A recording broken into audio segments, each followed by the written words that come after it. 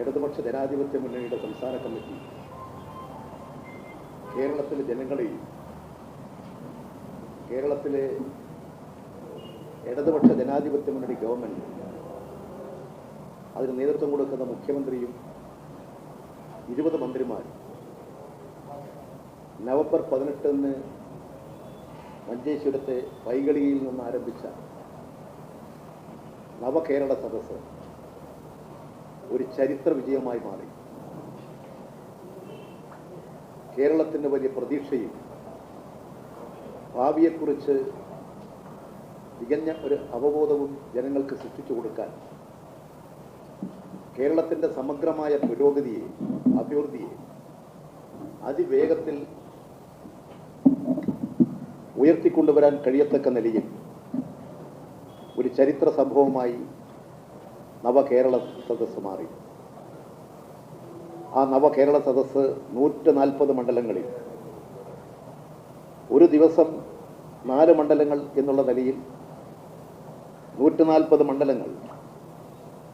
അതിനു പുറമെ ഓരോ മണ്ഡലത്തിലും എല്ലാ 36 ദിവസങ്ങളിലെ ആദ്യ ദിവസ മണ്ഡലത്തിൽ ആദ്യ യോഗം നടക്കുന്ന മണ്ഡലത്തിൽ പ്രത്യേകമായിട്ടുള്ള സമൂഹത്തിലെ വിവിധ മേഖലകളിലെ പ്രതിഭകൾ, വിവിധ മേഖലകളിലെ പ്രത്യേകതയുള്ള വ്യക്തിത്വങ്ങൾ, അതുപോലെ വിവിധ മേഖലയിലെ ജനവിഭാഗങ്ങൾ എന്നിവരുമായി മുഖ്യമന്ത്രി നടത്തിയിട്ടുള്ള പ്രഭാത യോഗം ഒരു വലിയ സംഭവം തന്നെയായിരുന്നു. എല്ലാ വിഭാഗം ജനങ്ങളെയും ചേർത്ത് പിടിക്കാൻ, കേരളത്തിൻ്റെ അഭിവൃദ്ധിക്ക് വേണ്ടി, വികസനത്തിന് വേണ്ടി, അടിസ്ഥാന സൗകര്യ വികസനത്തിലൂടെ കേരളത്തെ ഒരു പുതിയ വികസനമാക്കി നാടാക്കി മാറ്റാൻ കഴിയത്തക്ക നിലയിലുള്ള പ്രവർത്തനങ്ങൾക്ക് രൂപം കൊടുക്കാനുള്ള ഗവൺമെൻറ് പരിശ്രമങ്ങൾക്ക് എല്ലാ വിഭാഗം ജനങ്ങളെയും പിന്തുണയാർജിക്കാനും കഴിഞ്ഞു. ഈ ചരിത്ര സംഭവം ഇന്ത്യയിലെ മറ്റ് പല സംസ്ഥാനങ്ങളും ഇത് മാതൃകയായി സ്വീകരിച്ചു വരികയാണ്.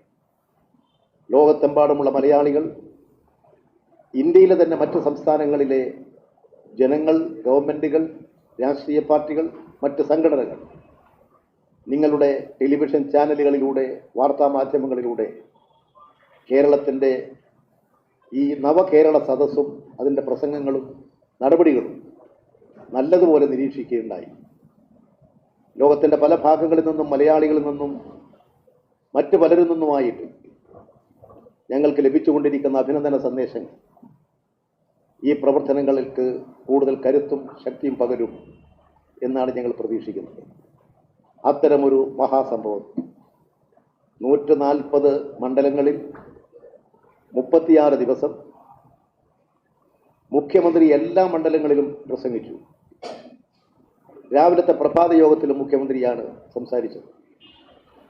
മന്ത്രിമാർ ഇടവിട്ട് യോഗങ്ങളിലെല്ലാം കാര്യങ്ങൾ അവതരിപ്പിച്ചു. അങ്ങനെ ഏതാണ്ട് ഒരു ദിവസം 5 പൊതുയോഗങ്ങൾ എന്നുള്ള നിലയിലെങ്കിലും ഏതാണ്ട് ഒരു 180 മണിക്കൂർ പ്രസംഗിക്കുന്ന ഒരു വലിയ സംഭവമായിരുന്നു അത്. ഇങ്ങനെയെല്ലാമുള്ള ഒരു ചരിത്ര സംഭവം